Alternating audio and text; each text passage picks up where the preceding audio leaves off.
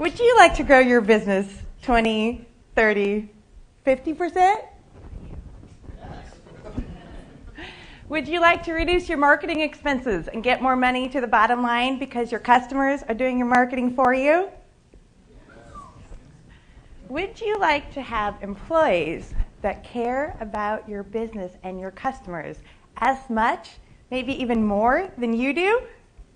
Yes, you would. Well, if so, you're in the right place because that's actually what's going on over at Ruby. And in the next 17 minutes, I'll be sharing with you how we developed our own proprietary 6-step proven process that is trainable, measurable, and repeatable, and you can use it in your organization to get similar results. And by results, as you heard, next week we go on stage to accept our Lighthouse Award from the Portland Business Journal for 5 consecutive years on the fastest growing companies list. And by results, I'm talking as a percentage of sales, we've been able to reduce our marketing expenses by 78% over the last 5 years while growing our business 5-fold. And by results, I'm talking in an industry where turnover is well over 100%. We're looking at turnover less than 1/5 of that. And unlike Brian Howe's employees that on their free time go have beers and talk about how much money he's printing, we have employees that actually on the weekend buy presents for our customers. And even on their paid vacation, go visit our customers on their vacation. The epiphany, wow, it's not a bunch of fluff. Wow is a bottom line concept. So I'd like to take you on the journey of how we actually came up with this. A lot of you guys know me here. Know we're about practicing WOWism, knowing we're about fostering happiness in the workplace. Who here knows what my major was in college? Yes, in the back there, sir. Accounting, that's right. I'm a numbers geek.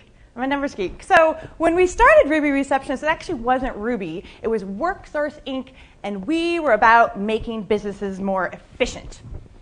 And things went along for the first year, and they were fine. I don't know about the rest of you EOers, but as far as I'm concerned, fine is a 4-letter word. But during that first year, we actually did hear from our customers, and they actually liked us, and that was pretty cool. And they told us, but they weren't telling us how efficient we were. What they were saying is, oh my gosh, your receptionists, they're so nice. And I can't believe it. I just got a new client because the caller told us that the receptionist was so nice to them on their phone that they were going with our firm. And we got to hear from our clients about how we gave them such peace of mind because they felt like we were truly part of their team, and they knew they could trust us with their callers to help them and their business and their customers in any way we possibly could. So after hearing that enough, what it was, just what Trevor was talking about, we really figured out our why. We weren't about efficiencies. We were about making a difference in people's day, spreading a little happiness, and making real, personal, meaningful connections. So out the door went WorkSource Inc., and we became Ruby Receptionists, and we no longer hired based on years and years of experience in the receptionist field, and we hired based on finding people that had that shared why, that stood for the same things we did, that wanted to make a difference in people's day. So once we figured that out, we're off to the races. But one of the things you learn, if you hire people based on attitude and values, which I'm sure many of you do here today, and many of you have heard that over and over again, and pass up the experience, you cannot simultaneously expect that those people that you just brought in for their attitude will come with the experience they need. So what we needed to do is create training and systems to ensure that no matter who somebody was interacting with at Ruby, and no matter what interaction that was, whatever touch point that was, they would get the true Ruby experience, the brand, the feel, the tone, the language, friendly and professional, no matter how anybody came across our business. So we created training on everything. We created training on how to make an angry person happy. We created training on how to make a hard of hearing person happy. And we created training on how to make somebody happy even when we couldn't give them what they wanted. And we nailed down our systems. We wanted a system to ensure that every single touch point throughout the Ruby experience was our brand. Now, sometimes even the most obvious touch points you don't see for a while. And I have a little story. It's a little bit embarrassing, but I will share it. We were, I think, all the way into year 5 of our business. We had 40 employees or so at the time. I'll tell you something, we were amazing receptionists on the phone. If you were to call us, you would feel like you were getting a hug over the phone. But if you were to walk in our front door, you would feel like you were a ghost. Literally, we never told people how to act when a visitor came. People would just walk right by them as they went out the door on their break. But out of that came our proprietary greet, seat, and treat method. We've created other systems like our email correspondence standards to ensure that every email that goes out the door to a customer, a vendor, or even a fellow employee starts with a friendly salutation and ends with a professional closing. We even did away with the old military alphabet, Alpha, Bravo, Charlie, and came up with our own proprietary Ruby phonetic spelling so that you might hear, is that A as in absolutely, or B as in brilliant? Sounds nicer, doesn't it? So, along with our training and our systems, we also really were able to figure out our core values, which are foster happiness, practice WOWism, create community, and innovate. So while we had everything nailed down here, our employees were actually operating on a pretty regular basis up in here because that's just who they were.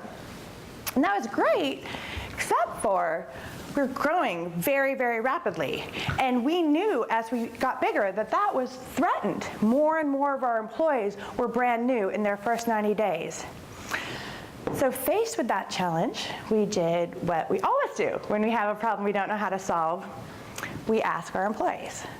So last year, I sat down with every single solitary one of my employees. It took me about 2 months. And I asked them, what is it that you're doing up here that we could repeat? What is it that you're doing? How can we get everybody, even from day 1, operating up here?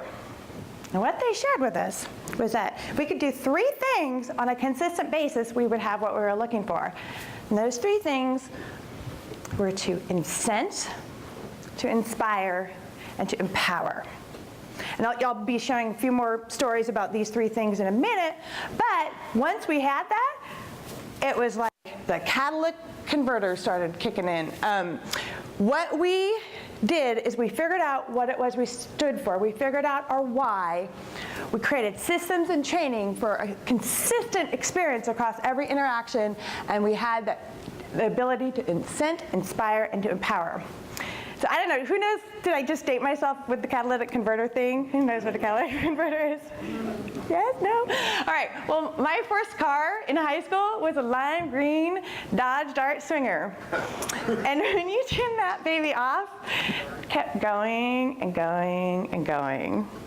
And that's really what's going on at Ruby. We have employees that come to work every day not ready to take 250 calls per day. They come to work ready for 250 opportunities to make a difference in somebody's day. And we have customers that sing our praises in public forums that we could never even imagine paying for. So I've got a couple stories to share with you around this. The first one is about Whitney the receptionist.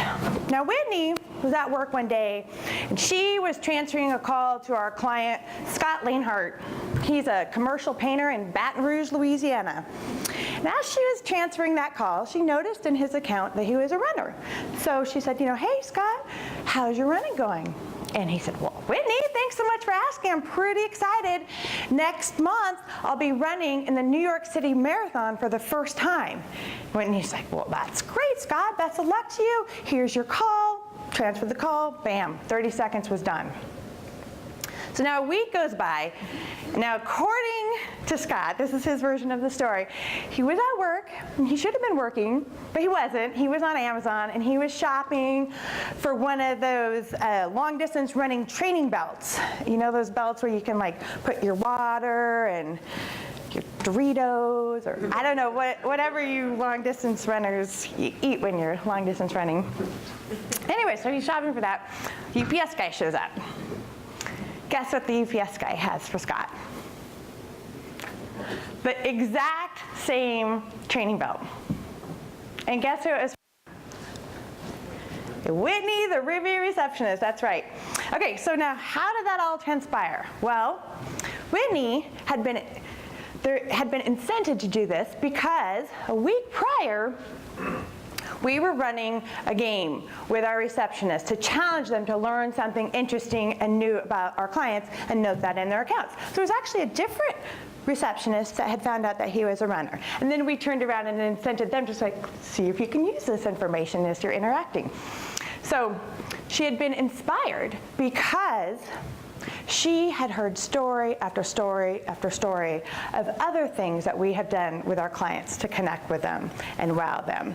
We have stories in our front office on a digital photo frame. They rotate with graphics and everything. We still tell stories through email every day. There's new stories generating throughout the entire company, sharing these types of events. We even give out cash prizes at our company-wide staff meetings and tell the best stories of all stories. So she had been inspired.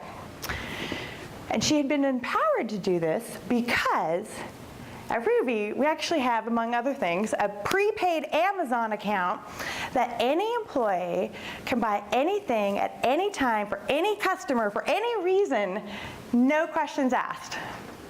All she has to do is post the story to our WOW page on our intranet and make sure that that same client hadn't received something in the last 6 months, because we like to share the love at Ruby. Okay, so you may think, okay, that's crazy. I could never let my employees just free will buy whatever they want for our customers. Well, I'll just share with you, a typical month, our marketing budget is about $40,000. Do you know how much of that is from the WOW campaign? About $900 of that is our WOW gifts. All right, now you may think, I have $11 hour employees. My employees would never do something like that. You know how much Whitney was making when she sent him that belt? $11.25 per hour. And you know how long she'd been on the job? 1 week. So she was incented, inspired, and empowered to do that, and that's what we got.